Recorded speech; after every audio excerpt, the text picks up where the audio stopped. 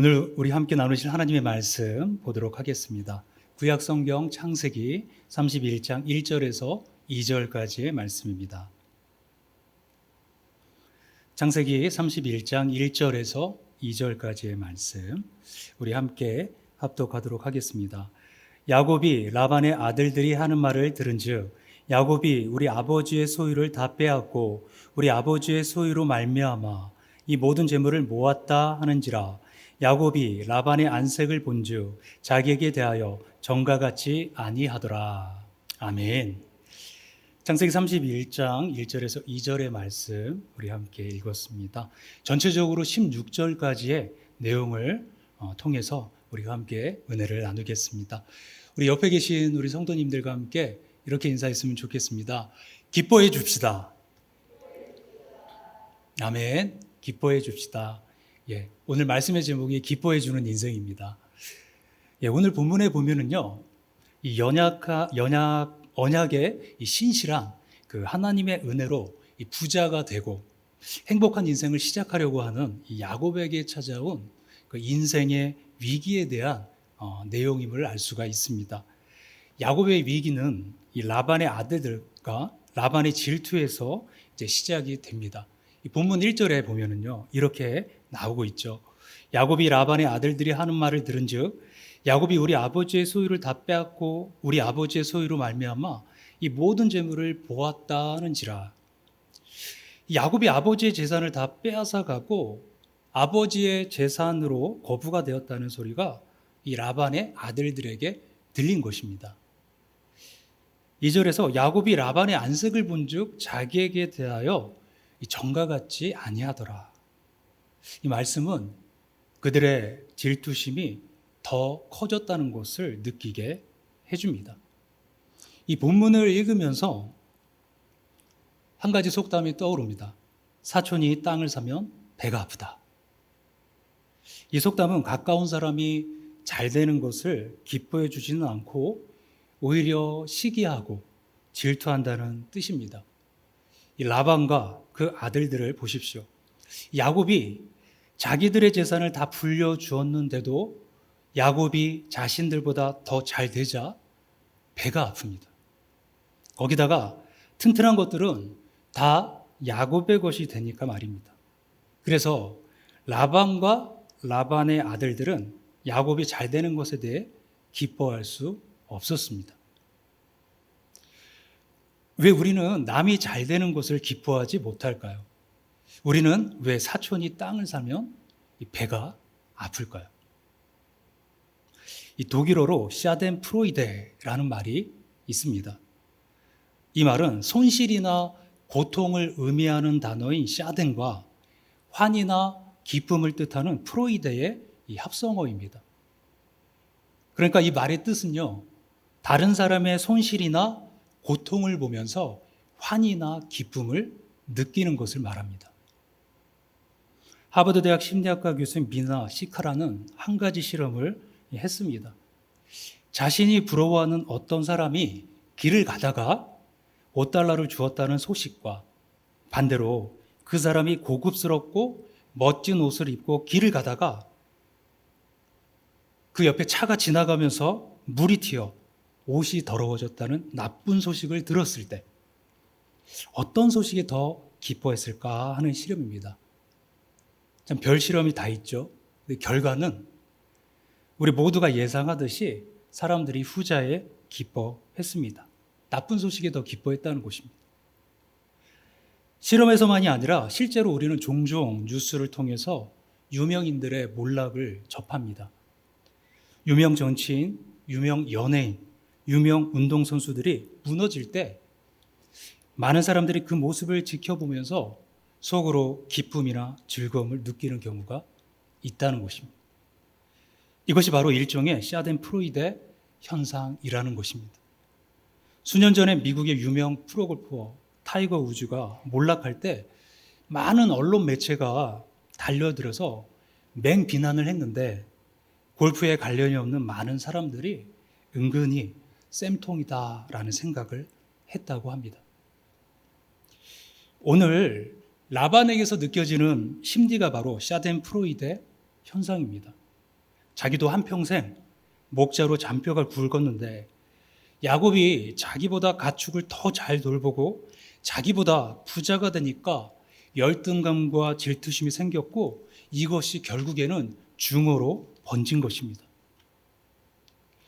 야곱에 대한 라반의 샤돈프레이드 현상은 범죄한 아담 이후에 모든 인간이라면 어쩔 수 없이 소유하게 되는 자연스러운 이 본능일 것입니다.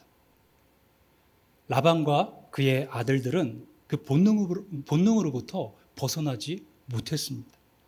야곱이 잘 되고 부자가 되는 현상을 보면서 질투와 증오로까지 번져서 이제는 감정을 주체하지 못한 것입니다.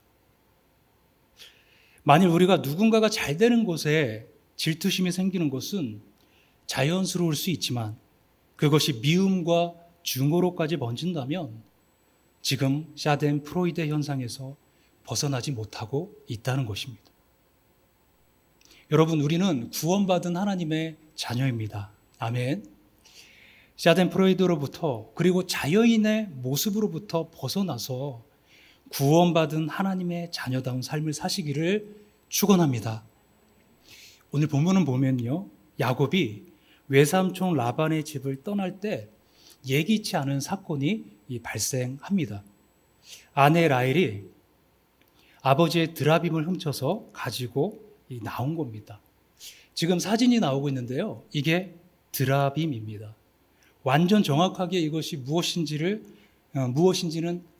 알 수는 없지만 확실한 것은 이 드라빔이 당시 그 부족의 가족을 지키는 수호신이었기에 이게 대단한 가치 있는 물건이었다라는 것입니다.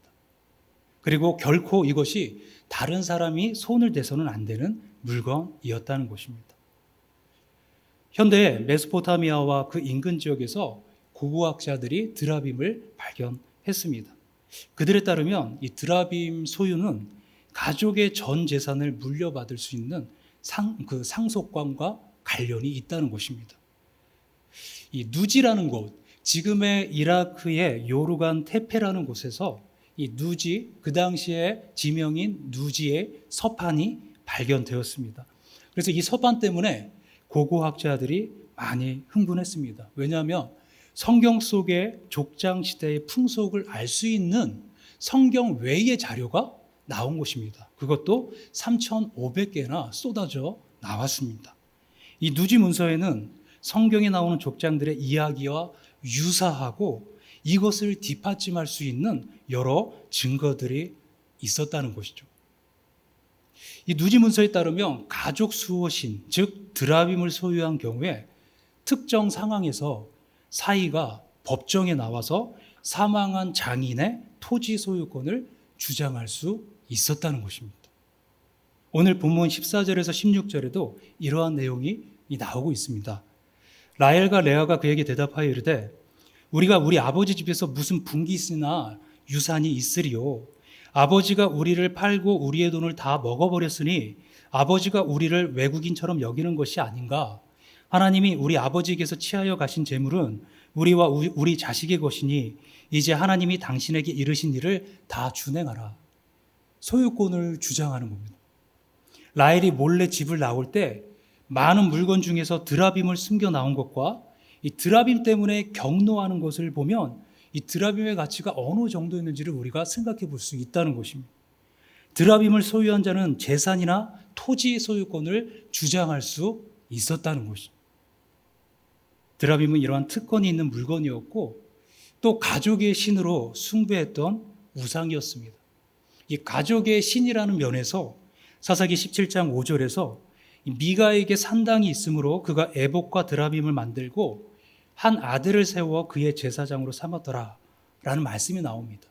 이 말씀 속에서 바로 하나님을 잊어버리고 자기 옳은 소견대로 살아가는 그 시대에 빈번했던 우상 숭배였음을 우리는 확인해 볼 수 있다는 것입니다. 자, 이처럼 라반의 가족에게서 발견되는 중요한 가치관은 우상의 가치관이었습니다. 우상의 가치관을 소유하면 남이 잘 되는 것을 못 봅니다. 그 가치관이 추구하는 것은 사랑이 아니기 때문입니다. 우상의 가치관의 정점은 탐욕이고 자기 사랑입니다. 우리에게 우상의 가치관이 있습니까? 말 안장에 숨겨서 아버지에게조차 거짓말로 숨겨 보관했던 이 라헬처럼 우리가 숨기고 있는 드라빔이 있습니까? 만약 재물을 소유하기 위해 몸부림치는 모습이 주님을 향한 마음보다 더 귀하다면 그것은 드라빔입니다. 예수 그리스도보다 재물을 의지하고 그것을 더 소중하게 생각한다면 재물이라는 드라빔에 사로잡혀 있는 것입니다. 또 자녀의 미래를 위해 자녀의 인격과 생각을 무시한 채 내 마음대로 양육하고 내 뜻대로 자라주지 않아 속상해하는 그 마음이 바로 자녀에 대한 드라빔입니다. 우리나라의 많은 젊은 여성들이 외모에 집착합니다. 시간과 돈을 지나치게 외모에 투자하고 정말 아름다움을 위해서라면 무슨 일이든지 하는 모습이 바로 현대판 미의 드라빔을 섬기는 것입니다. 결혼에 대한 지나친 환상도 우상입니다. 서로의 부족함을 채워주기 위한 결혼이 되어야 하는데 결혼을 통해 허황된 꿈을 꾼다면 결혼이 드라빔의 우상입니다. 만약 성공에 대한 집착 때문에 우울증을 겪고 스트레스를 받고 있다면 그것이 바로 우리가 섬기는 드라빔입니다. 이 외에도 오늘 우리가 섬기고 있는 우상의 가치관들이 얼마나 많은지 모릅니다. 우리는 재물, 자녀, 외모, 결혼, 성공 같은 것보다 예수 그리스도의 이름이 더 능력이라는 것을 확신해야 합니다.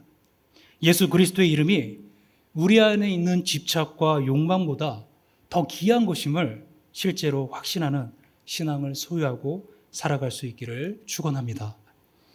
나보다 남이 잘 되는 것에 대해 진정으로 축하해주고 박수 쳐줄 수 있는 인생을 살아가기 위해선 내 안에 주 예수 그리스도의 이름의 능력보다 더 소중하게 생각하는 그 모든 우상의 가치관들을 버려야 합니다.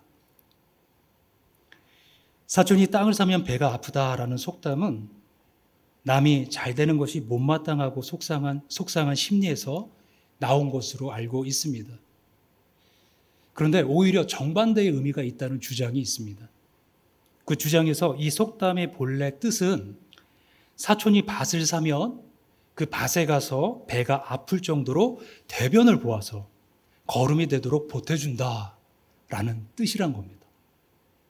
그러니까 잔치를 벌여 많이 먹으니까 배가 아프다는 의미로 경사를 기뻐하고 축하하는 의미가 담겨져 있다는 것이죠. 지금과는 달리 과거의 농사는 철두철미하게 유기농법이었습니다. 닭똥과 소똥이 최고의 거름이듯이 인분도 농사에 매우 중요한 자산이었습니다. 오죽하면 남의 집의 소면을 보면서요, 보태주고 간다 이렇게 했을까요? 사촌이 산밭에 배설물이라도 보태려는 마음, 이것이 얼마나 아름다운 신체 신호입니까? 그 주장에 따르면 이 속담은 남이 잘 되는 것을 기뻐하는 한국인의 깊은 정을 담은 속담인데 일제강점기에 우리가 지금 알고 있는 부정적인 뜻으로 변질되었다는 것입니다. 일본의 민족 말살 정책의 일환으로 한국인은 남이 잘 되는 것을 시기하고 배합하는 민족이다라는 이미지가 담긴 속담으로 바꾸어 버렸다는 것이죠. 그러니까 이 속담을 본래 뜻대로 사용하려면 사촌이 땅을 사면 배라도 아파야 한다. 이렇게 바꿔야 한다고 주장합니다. 오늘 라반의 가족들의 회복해야 할 성품은 야곱이 성실하게 일해서 부자가 된 것에 대해 함께 기뻐해주고 인정해 주는 것입니다. 그런데 왜 라반에게 이러한 인격이 없었습니까? 바로 하나님을 인격적으로 만나지 못했기 때문입니다. 그 안에 하나님이 없는 인생을 살았기 때문입니다. 우상을 섬기는 인생을 살아왔기 때문입니다. 사실 야곱이 라반의 집을 나오게 된 것은 전적인 하나님의 계획이고 섭리였습니다. 우리 인생의 주인은 하나님이십니다. 이것을 신뢰하는 것이 믿음입니다. 라반에게는 하나님에 대한 이러한 신뢰가 없었다는 것입니다. 하나님을 인격적으로 만나지 못했기 때문입니다. 하나님이 없는 자연인은 남의 기쁨을 함께 기뻐할 수 없고 오직 자기 자신에게만 관심을 가집니다. 저는 우리가 사촌이 땅을 사면 배라도 아파해 주는 그런 성품이 회복되기를 축복합니다. 그런 성품을 가지고 사는 인생이 하나님을 인격적으로 만난 인생이고 드라빔이 아니라 하나님을 주인으로 모시고 사는 사람인 것입니다. 이웃이 잘 되면 진심으로 축하해주고 또 이웃이 기쁜 일을 만나면 진심으로 기뻐해주는 그러한 인생이 되어지기를 주님의 이름으로 축원합니다. 함께 기도하겠습니다. 살아계신 하나님 아버지 감사합니다. 우리에게 주신 주님의 사랑으로 인하여 하나님 우리가 우리의 이웃을 우리의 형제와 자매를 기뻐하고 또 즐거워하며 그들을 위하여 또 중보하며 나갈 수 있는 주의 자녀들 모두 되게 하여 주시옵소서. 감사드리며 예수님의 이름으로 기도합니다. 아멘.